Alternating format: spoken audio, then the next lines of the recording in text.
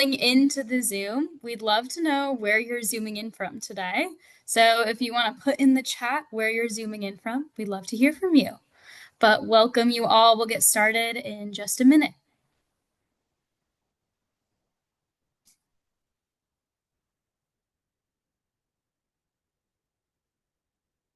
Ooh, Germany. That's very exciting. What time is it over there? From Hawaii. Welcome. 9 p.m. Wow. Well, thank you for taking time out of your evening to learn more about academics. We really appreciate it, Cooper. Awesome. Well, we're going to go ahead and get started. Feel free to keep that rolling in the chat where you're zooming in from today. Welcome to Pacific U and Academic Success. We sincerely appreciate you all taking time out of your busy springs to learn more about Pacific and academics. Just a few notes before we get started. This session will be recorded so we can share it with folks who are not able to be here today. So feel free to keep your cameras off if you'd like and add any questions in the chat. The Zoom will be a little under an hour. First, we're going to hear from Mike Garachi, our Associate Dean and Director of the School of Arts and Humanities. And then we'll hear from Stephanie Stockmer, our Associate Dean and Director of Applied and Experiential Learning. Then after we hear from them both, we'll have ample time to answer any questions that you might have about academics. So as we're going through their presentations today, feel free to throw questions in the chat, direct message them to me, and we'll make sure that all your questions get answered either live on the Zoom or we'll follow up with you after. So thank you again for being here. We're so excited to have you here today. And with that, I'm going to pass it off to Mike. Well, hello, everyone. As Lauren said, my name is Mike Garachi, and I am both an associate dean in the undergraduate college here at Pacific. I'm also a school director, so those roles are very similar in the fact that I am working directly with the dean on supporting the college, and I'm working in the arts and humanities, supporting the faculty and the students in those programs. And it is a pleasure to be here today. I'm going to give you a little brief introduction to my background so you know who the heck I am and if I know what I'm talking about.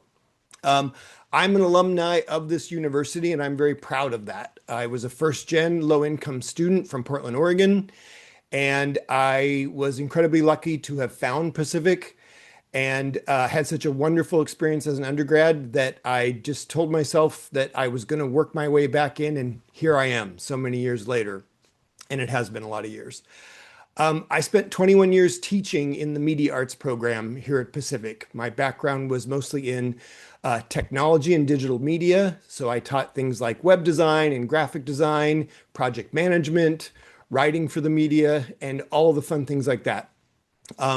Those 21 years gave me a lot of experience supporting students, mentoring students, advising students, and working with them on their college journey. And that's what I'm kind of here to relay to you today, some of the insights that I gained in those 21 years. And now, as an associate dean, as an administrator, I am now working with many faculty, in fact, over 70 faculty all told, that are doing that very thing, working closely with students, teaching courses, mentoring capstone projects, supervising internships, and all the good stuff that happens here at college. I'm going to talk just a little bit about what academic success looks like and what you're going to experience in a Pacific University classroom and on our campus as a student. The first thing I want to talk about is I want to maybe dispel some myths about college faculty. When I came to college, again, as a first-gen student, I was expecting that very traditional, somewhat authoritative, lecturing faculty member that just stood in front of the class and talked at you for an hour, and wasn't open to, meeting with you or helping you. And I immediately found out how wrong that stereotype is. And I think that while those type of professors certainly exist in the world, they are fairly rare here at a small place like Pacific. And that's one thing that I want you to really understand is that a small private liberal arts college like Pacific has faculty that chose to be here simply because they want to be the ones teaching the classes and the ones working with you individually as a student, as perhaps a research assistant, as a TA. Um, it is a completely different environment than a large public school. Not that there's anything wrong with that large public school, but the fact of the matter is we don't have classes of 100 students at Pacific. We have classes of 15, 20. A big class for us is 50. And we have actually very few of those. So that really changes the dynamic that you're going to experience in the classroom. Your professors are going to want to hear from you. They're going to want to talk to you. They're going to want to know that you're doing okay and that you're understanding the materials and that you're excited to be there with them. Their offices are on campus, and when they are in them, you should go see them. They want that. They are in there waiting for you. The joy of being a faculty member isn't just in relaying the knowledge that they have, but it's working directly with you and watching you grow as a student. And our faculty are very good at that. We pick them for that purpose, that they are relational. They want to get to know their students and they want to give you that personalized attention that's going to help you succeed.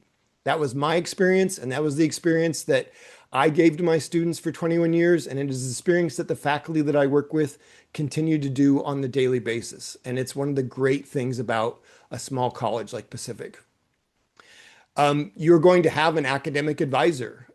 In most cases, that will be a faculty member that is most closely connected to your academic interests, your professional plans, and they are going to work with you on, again, becoming a really great student, a great assistant, working on being a scholar, and helping you prepare for what happens after college. It's baked into what we do here, and we're very proud of that at Pacific.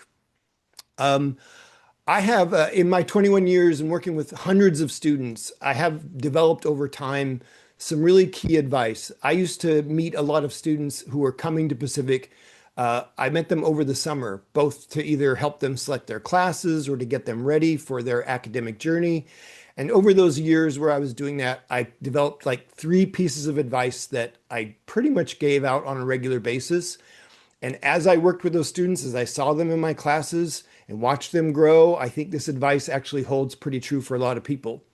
You don't have to take it all to heart. You take the pieces that are going to work for you, that match up with your own abilities and interests and what you're willing to put into the process.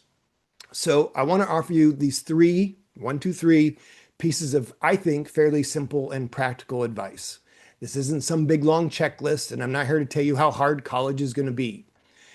These three pieces of advice you can start working on right now, or you can fold them into your summer plans as you prepare on your college journey. Or even if you're not ready to go to college, you can start working on these in preparation for when you do want to begin your college journey. The truth that I give to all students as I give this advice is that college rarely comes down to simply being the smartest person in the room. Success in college comes down to good habits. And the good news about habits is that you can develop them anytime, starting immediately. My first piece of advice is this: start practicing learning how to learn. For example, as you prepare for college, maybe now, maybe over the summer, I recommend students choose one book that's maybe just a slight stretch for them, not something that they're going to take to the beach and breeze through, but something that makes you or forces you to kind of slow down and deeply engage with the content of that book. I don't want you to just think, I'm just going to get through this and finish it. And then there, I finished the first piece of advice. I want you to actually engage with a piece of work that excites you, that's interesting to you, but is it maybe outside of something that you would normally read. As you read a book this summer, and it could be an ebook, I want you to think about engaging with the material such that you're underlining portions of it that jump out at you and seem interesting, or maybe something that you want to follow up on with somebody else, or maybe with another resource, or by doing some searching online. After you read every chapter, I want you to write down what the key points are. And I want you to think about those key points and how they build throughout the length of that text. I want you to look up words that you don't know, which is a great college practice, by the way. And if you're able to, I want you to talk with somebody about it. Maybe a friend, maybe a parent, maybe a teacher that you have right now.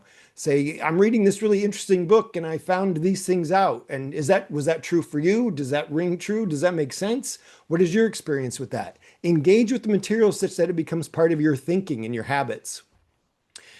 This can be any book, really. So don't challenge yourself. Don't pick up the Encyclopedia of Human Anatomy. Find a book that maybe introduces you to an academic area that you have an interest in. It could be the area that you want to study in college, or maybe something you've always wondered about.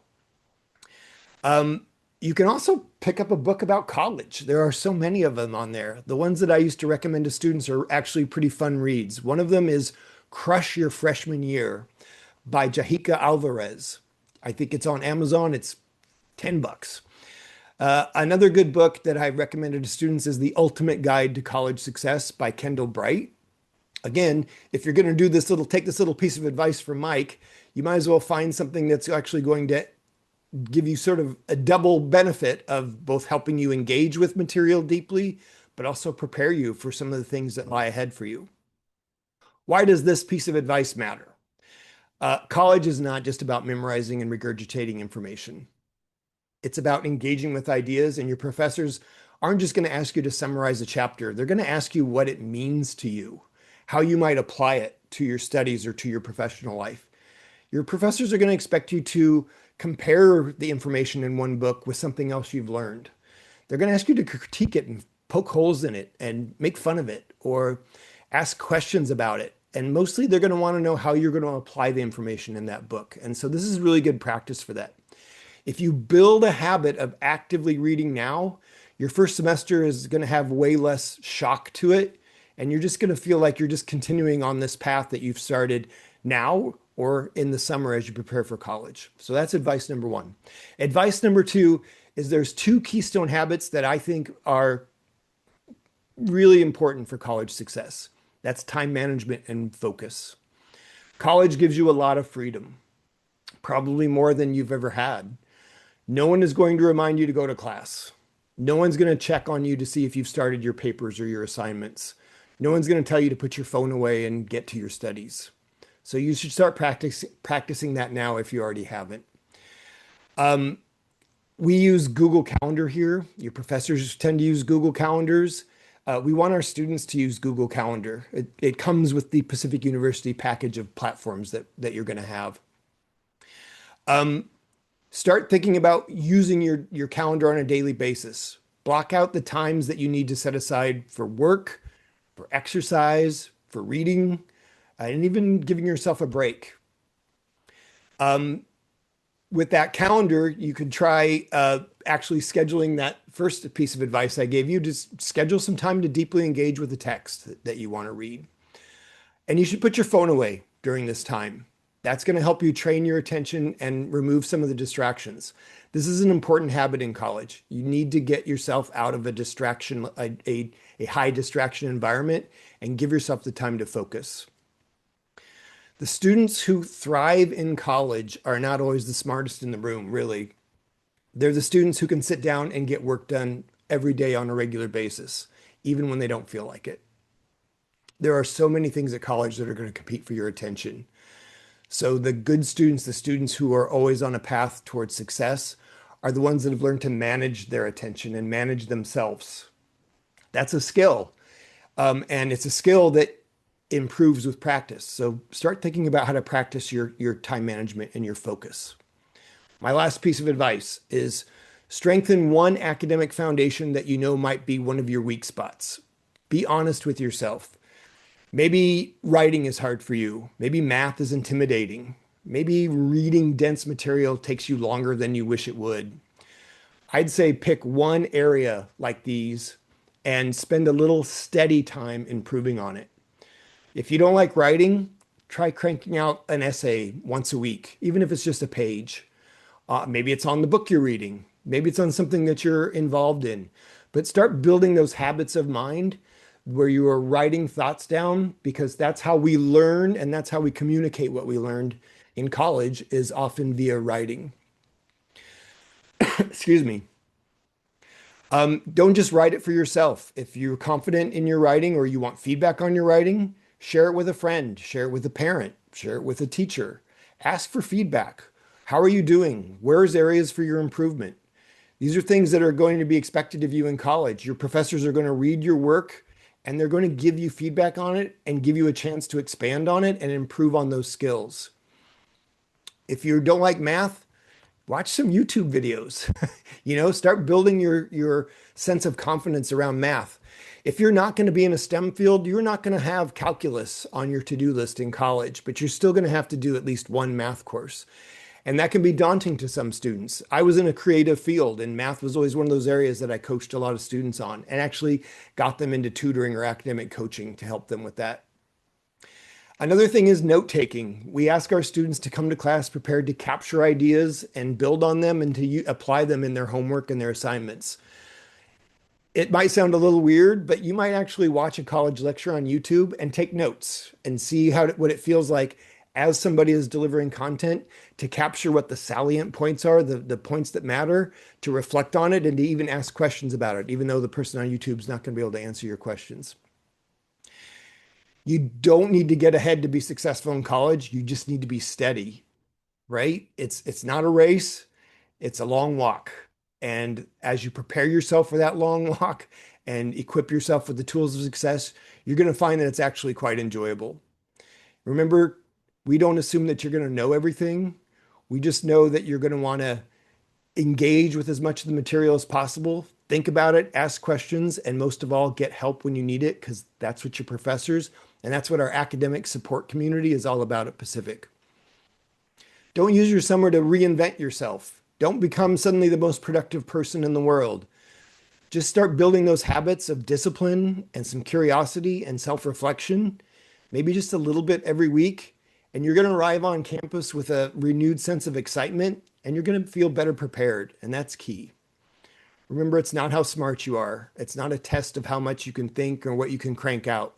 It's really going to be a test of how you manage your time and focus yourself and respond when things get difficult. If you practice now, you're going to reap the benefits all of your time in college. So those are my long-winded pieces of advice. I want to talk about one more thing. I think I've got a few minutes left. Thanks for hanging in there with me. And that's what a first year experience looks like at Pacific. We have a very intentional year-long first year experience. And it's meant to help you get into these habits of mind and college life at Pacific. One of those things is going to be what we call our first year communities seminar. All first year students at Pacific take what we affectionately call FYC, your first year community. You're going to be grouped with a cohort of approximately 20 students, new students at Pacific, new college students. And you're going to be with a faculty member that has skill and experience working with new students. Those classes are built around a theme. So when you register for your classes at Pacific, if you register for classes at Pacific, you will be able to hopefully select an FYC that speaks to areas that you're interested in. That might be the environment, social justice, it might be politics, it could be food, it could be the universe. We have all these wonderful faculty that are developing these themes that play out in different ways in our first year communities class. That's going to become like your homeroom, your family, the people that you are seeing on a regular basis, and the students that you are starting your journey with. And so we build in experiential learning opportunities, guest lectures, cohort events where you're actually joining with other FYCs for a movie night, a guest lecture, a field trip. And that whole idea is to get you into this community and this culture of learning and curiosity as a college student. The other part of our first year experience is what we call FYA, your first year advising cohort. That is like FYC, but it's a little different. There's not a class associated with it, like where you're meeting every week. That is you and about 9 other students who have a faculty member assigned to them for the whole year. And that faculty member is going to help you adjust to college. They're going to give you some light reading, some things to think about, some short reflective papers on how your college experience is going. And they're going to be there to help you navigate all these things that might be very new to you. It's a wonderful program. The faculty are selected specifically because they work really well with students. They're very student facing. And in most cases, they're the kind of person that's going to take you out to coffee or ice cream to get to know you better and to be able to help you succeed in college. And we're very proud of our first year experience. And we ask students who come to really engage with it, not just see it as something that they have to do, but seeing it something that we have built for them that truly leads to a more successful experience. I think I'm about out of time, so feel free to put questions in the chat or text Lauren, and I think we have some time afterwards for Q&A. And so with that, I'm going to hand it off to my good friend Stephanie to talk about our the run up to college from an advising standpoint and from choosing classes and stuff like that. So Stephanie, off to you. All right. Well, thanks, Mike. And I gotta say, Mike and I have been working together for a long time, but I have never heard that set of advice that Mike just gave you all. And I wrote it down under the title Mike's Gems. It's that good. So this guy knows what he's talking about. I hope you all took that to heart. Those were great words of wisdom there. Hey, everybody. My name is Stephanie. I am an associate dean as well. And my area is applied and experiential learning, but that doesn't really tell the whole story. I work with our advising team and I work with our centers on campus where students have opportunities to do work and help other students have experiences like volunteering or getting involved in the community in different kinds of ways. And I'm here to share with you a little bit about that process of getting from high school and getting going with your college career and all of the little steps that it takes to get yourself set up for success as a student here at Pacific. And the good news is that we really walk you through it, and you don't have to memorize everything that I'm going to tell you. I do have some slides that I'm going to share, but you're going to get all of this communicated to you as you deposit with Pacific and firm up your plan. So we're going to guide you through this whole process. Think of this as the big picture overview of the steps along the way. And certainly, if you have questions, put them in chat or ask me later, and we'll get to those. So I'm going to go ahead and share my screen here and help you think a little bit about what's coming next. So after you deposit with Pacific, one of the very first things that happens is that you get something that we call the Academic Interest Survey. And sometimes you might see that abbreviated as AIS. That's what we call it internally. But for you, it'll look something like this. This is the version that we send to transfer students. Up front, we'll tell you a bit about what to expect, if there's any information that you need to gather ahead of time, how long it's going to take, that kind of thing. But this is our first way on the academic side to really get a sense of who you are and what you're interested in and what particular considerations you have for your classes in your first year at Pacific. So we're going to ask you about things like, do you have a sense yet of what you want to major in? And if you don't, that's okay. But if you do, we want to know that because we want to help you point you in the right direction. We'll want to know if you've studied language in high school, if you're thinking about study abroad, if you're going to be playing with one of our sports teams, if you have credits that you're expecting to transfer into Pacific. It's just a big picture way for us to get to know you and to know what your background is coming into Pacific. Your completing that survey will set off a whole series of other things that are available to you to work on before you actually arrive here in August. So getting that survey done early is a great idea. It will help you feel like you're making progress on moving on toward college, and it will help us get to know you and guide you through those next steps. One of those next steps is a placement process for language and math. So at Pacific, we do have requirements for both language and math. But for a lot of students, they want to build on what they've done in high school and not start from scratch in those fields. If you do want to start a new language, great. You don't need to take a placement test to do that. You just start at the 101 level. But if you want to build off of, say, Spanish that you took in high school, or maybe you speak a second language at home, we have a testing process for that so that we can understand your level and get you into the right class. And that's important. It's important for you that you have the right level of challenge. Sometimes people think, oh, it'd be nice to have an easy class, but you're not really going to learn, and you're going to maybe end up having more classes than you need to take if you're not at the appropriate level for language. On the other hand, we don't want it to be too hard either. We want you to be successful, and we want you to be at just the right level of challenge for those language tests. And it's not a one and done forever kind of thing. If you take that test and it doesn't feel like you ended up in the right place, we can have further conversation with you and the faculty member in that language to figure out whether you really should be at that level or whether there's an adjustment that we should make in that level that you've been placed at for language. Same thing for math. For languages, we use a test that is widely available nationally. It's widely used for language assessment. For math, we have a math faculty that developed a test in-house. And so we manage that process internally, where you have a site on something that is called Moodle. Many of you might use Canvas or Google Sites at school. Our system is called Moodle for online learning. And there's a Moodle site for a math placement course, and the math faculty will help you get to the right level of math and determine the next step. For math, not only do we have that requirement that Meg alluded to, but also math is sometimes needed as a prerequisite for fields like biology. So sometimes you want to get that math placement done so that you know what you'll need to do before you can take other classes that you might be interested in, like a biology lab class. So keeping that in mind, it's a good idea to take those tests when you can. Know that it is not something that you should try to cram for or try to stress out about.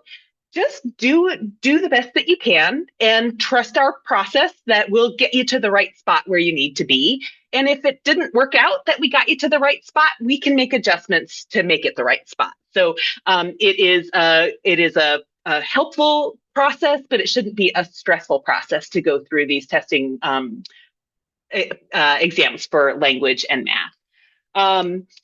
Both of our math and language placement processes are well articulated on our advising website. So this image here is of what that looks like for world languages, but you can find out more information on our website about what each of those processes look like. I bet a bunch of you have credits that you're thinking about transferring into Pacific, and we do as best we can to help that process go smoothly. And I want to go over a few details about that because there's often a lot of questions about how that really works for students. So first of all, I wanted to just point out that there's a difference between official transcripts that are sent from school to school and unofficial transcripts that often families are able to access on their own individually and just kind of get a check of where they are. In order for something to count as a credit for college transcript, we will at some point need your official transcripts. And the earlier you can get those to us, the better, because then we can get it into our system and it can be part of what we know about you that affects whether we are advising you to do certain things. So if you have credit that's coming in and fulfilling one of our core requirements, then we're not going to advise you to take that core requirement. And so having that settled earlier is helpful because then we're able to give you the best advice that we can give you. However, it's also true sometimes that you might be taking something now during your spring semester of senior year that won't become official until after you have started this process. That's okay. Just get us those official transcripts when you have them. And you can request those and the institutions will talk to themselves, each other, to get that paperwork taken care of. But there may be part of the process that you need to initiate to ask your transcript be sent one school to another school. The second thing I wanted to highlight is credit transfer review. So if you have questions even now about how something will transfer to Pacific, we have advisors who are available to help you with that. We keep a whole database of classes, and there are some from certain schools or certain states that we see over and over again, and we know just what that class was in high school, and we are prepared to accept that away because we've done it a whole bunch of times before with other students. Sometimes it's a new class that we haven't seen before, maybe from a district that we haven't worked with before, or covering a subject area, and that may need faculty review. So sometimes what we'll do is take a look in more detail at that class, ask faculty to see whether it seems like it's equivalent to something that we're teaching here, and if they are, to grant that credit accordingly. But oftentimes we are able to do that before you even enroll at Pacific, or certainly if you take a class at another institution over the summer sometime, we could do that, or during your summer advising processes. But the official transcripts are helpful, and there is a process that we have in place for looking at those classes that you've taken at other institutions or through early college or that kind of thing. General versus specific transfer credit. When we take credit from another institution, sometimes it comes in as a specific substitution for something that we offer here because it's really, really close in terms of the learning outcomes and the course content and that kind of thing. So if there's a writing composition class at another institution, it could be really similar to the writing composition class that we have here. And if it's close enough, then we will substitute that class and it will be like a one-for-one substitution in terms of how the credit works. But sometimes we recognize that the credit was great college level credit, but it's not an exact fit for something that we have here. And when that's the case, we consider it general transfer credit. So it can contribute to the credits that you need to earn to get your degree, but it doesn't substitute for a specific course or a specific requirement. So good still to have. We welcome that kind of credit. We encourage you to submit those official transcripts, but it doesn't always have an exact alignment with something that we have here at Pacific. If you think we made an error in judgment, there's an appeal process that you can try to convince us that we made a mistake. And it's not intensive or anything. It's just some paperwork that we go through. So again, it's not high pressure, but there are systems in place to make sure that we get it right in terms of how we count that transfer credit.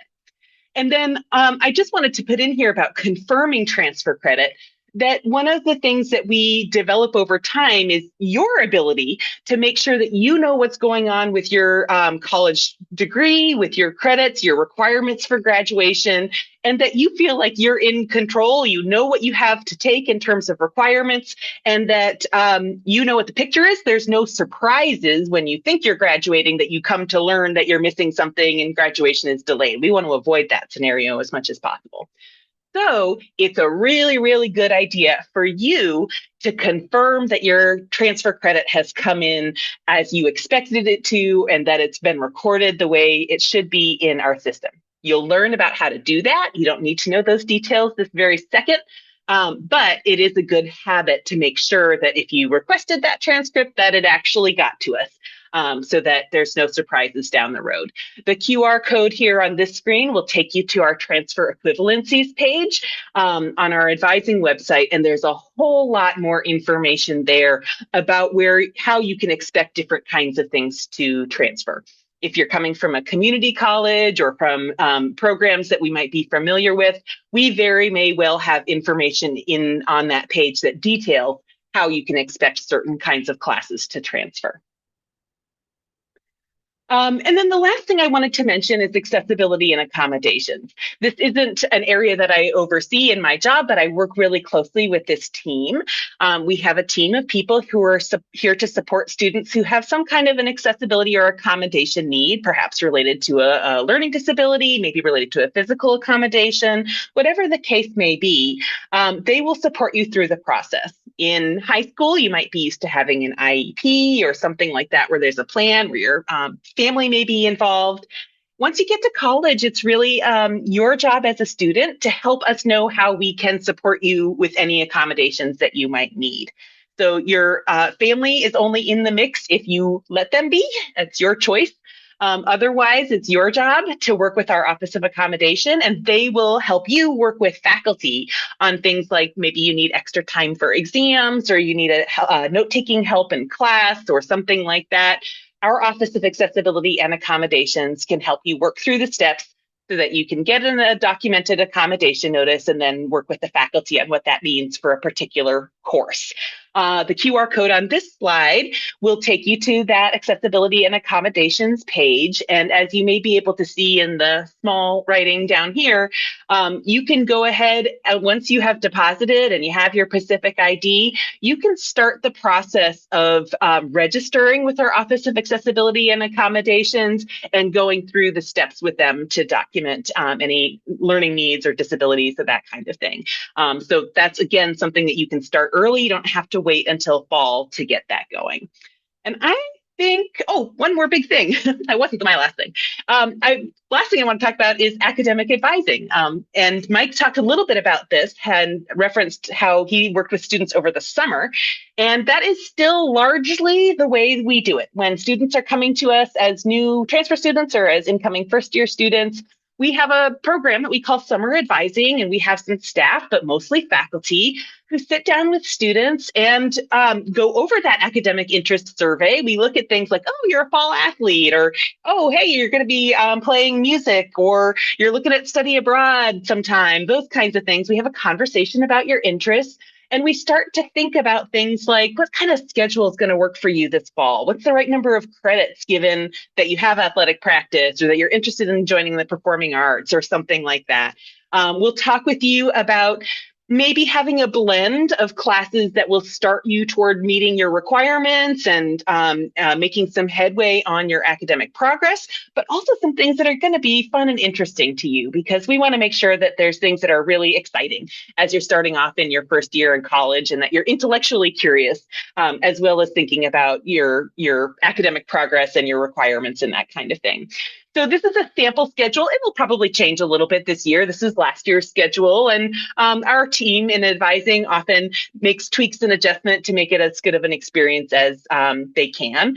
And one of those adjustments this year is that we are going to have some early advising opportunities for students who are coming to us with some college credit already. So if you are one of those students who has some college credit already under your belt, you may have some messaging coming to you that will allow you to start this whole process a little bit earlier and get some early advising before summer starts. For any of you, I do recommend starting the advising process as early as possible. The sooner you get to pick out your courses, the better your selection. We do sometimes have classes that fill up, and then, we have lots of great classes, but it's always nice when you can get your first choice.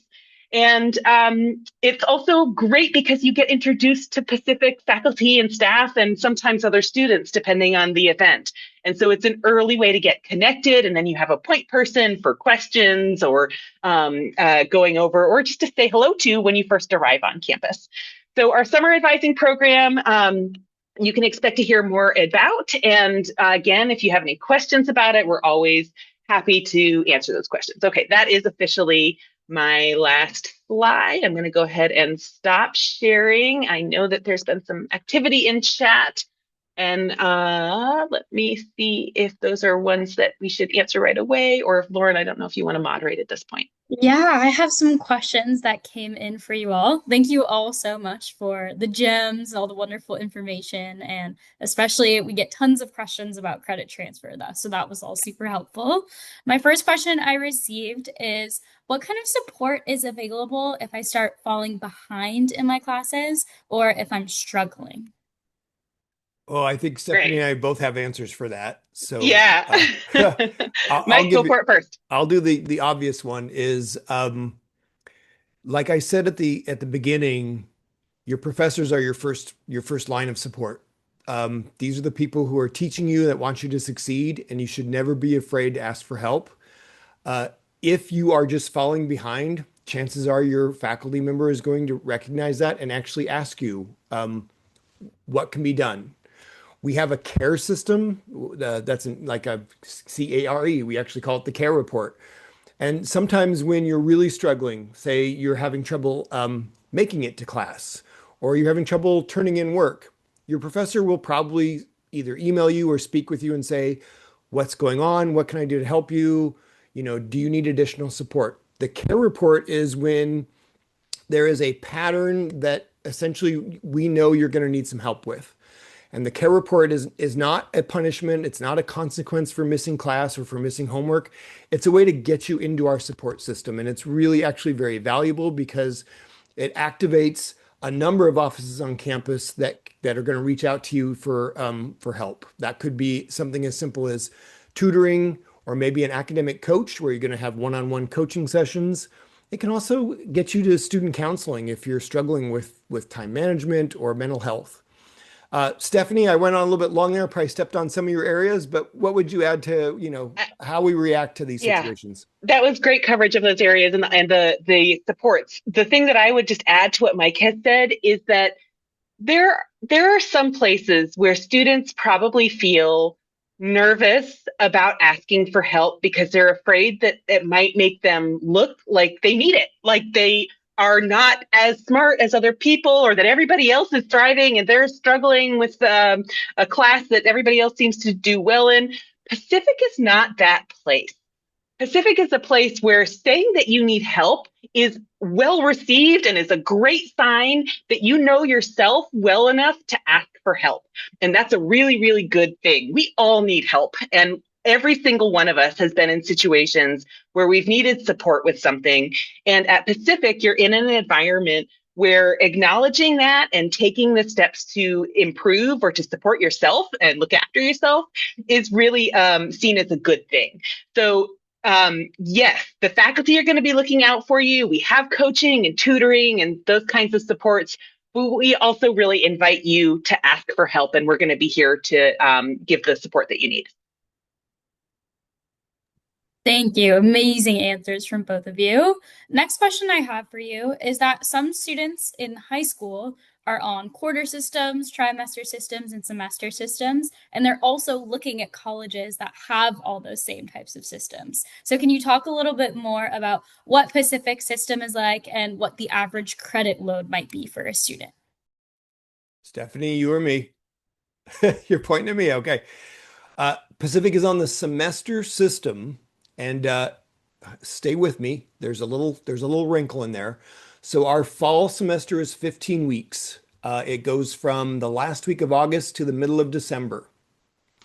Our spring semester is 15 weeks, roughly, and it goes from the very end of January, sometimes the early first week of February, to the middle of May. That includes your final exams. Those 15 weeks will include your final exams, which we have a full week of final exams at the end of every semester. So we are a semester system. Our de facto course credits are 4, but there's variations on 4. But most of your classes are going to be 4 credits. I'll get back to your credit loads. Now we have a J term. Well, in college, we call it the J term because it's pretty rare. You don't see it in high school. Our January term is a condensed term that only happens in the month of January, and you will take typically one class. It's either a 2-credit class or a 4-credit class, and you're basically taking it every day for longer periods of time. These classes meet about 3 to 4 hours a day, Monday through Friday in most cases, and you are getting a full semester's credit for that one class that you took for, what is it, 11 to 15 days in the month of January. Our J term is optional, but we do some pretty cool stuff in our J term because you're only taking that one class. So we really open up the possibilities. Maybe you're going to travel with a class because we actually send students to amazing places like Germany this past January or Costa Rica, which I think we are doing next year. And you're getting academic credit for traveling with students to go learn abroad.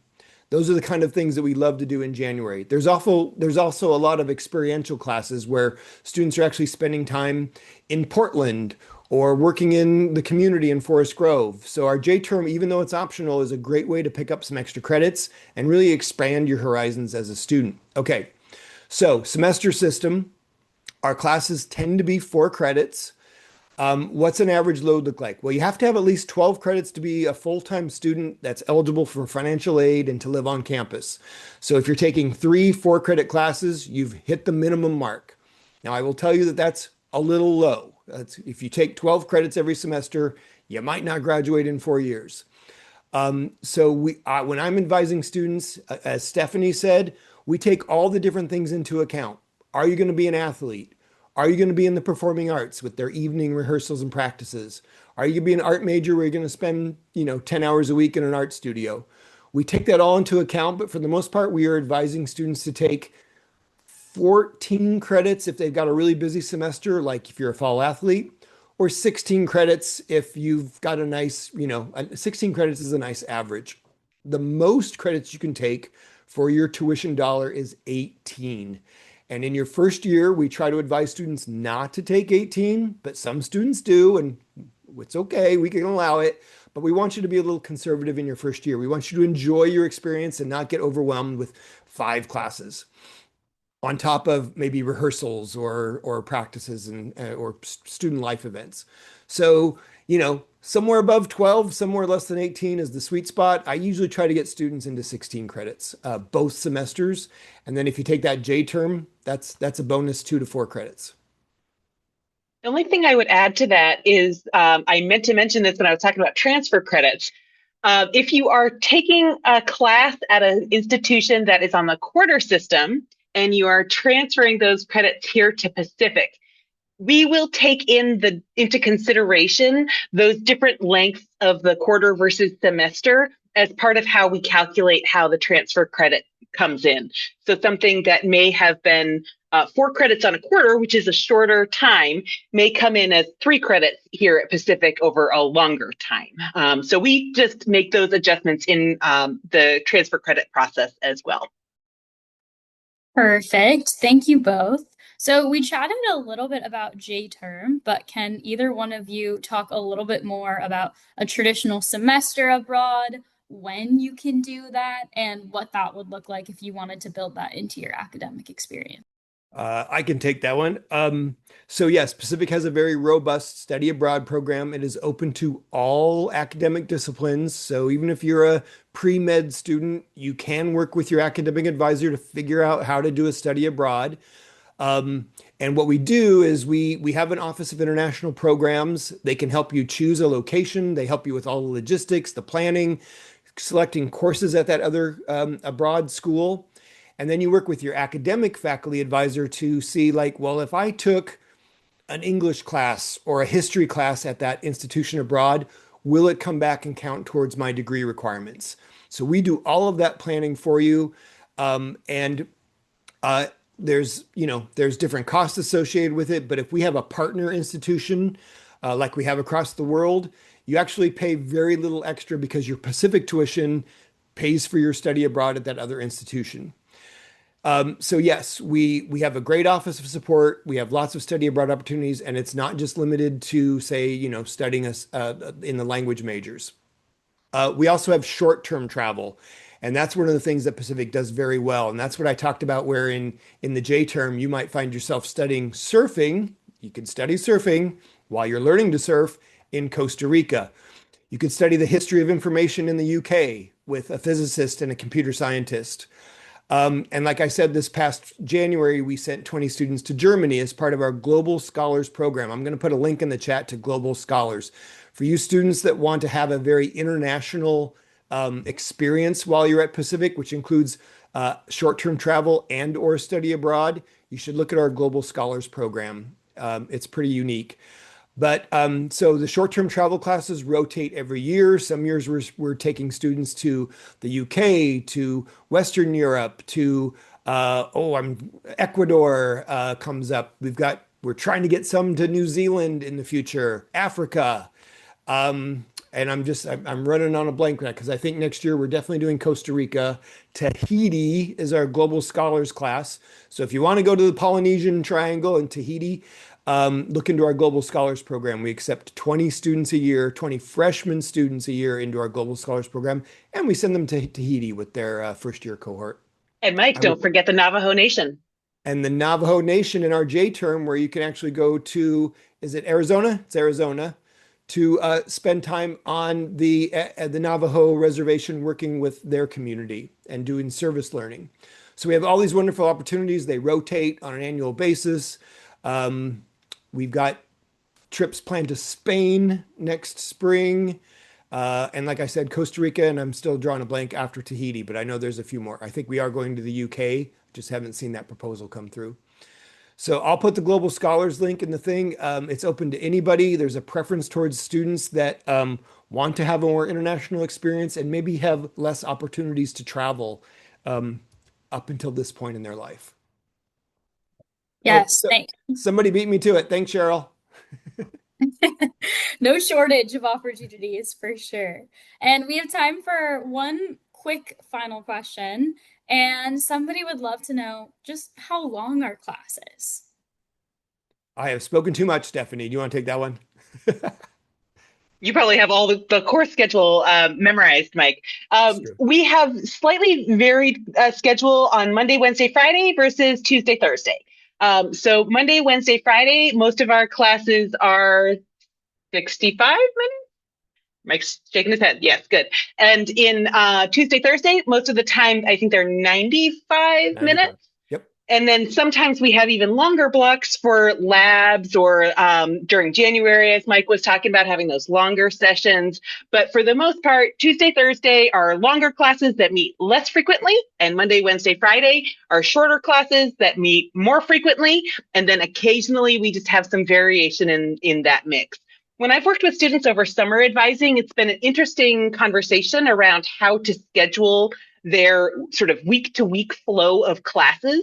I found that some students really like to try to stack up their classes and have as many on the same day as possible and have kind of like busy class days and then less busy class days, or as much in the morning and as little as the afternoon. It doesn't always work out that way, but we can often try to accommodate that so that students could have an afternoon where they could work at a job, or we certainly will work around athletic practices and that kind of thing as much as we can. But there is some variability in terms of what a typical student's week to week schedule is like, and whether those classes are really spread out over the course of Monday, Tuesday, Wednesday, Thursday, Friday, afternoon, morning, et cetera, or whether they're really kind of condensed and packed in there. So there's some individual choice and preference in that mix, combined with when our scheduled classes are offered, which are mostly from 8 a.m. to 4:30 p.m. with some variation. Perfect. Well, thank you both, Stephanie and Mike, for joining us today for all that wonderful insight. And thank you to our wonderful participants as well for asking such great questions and taking time out of your day to join.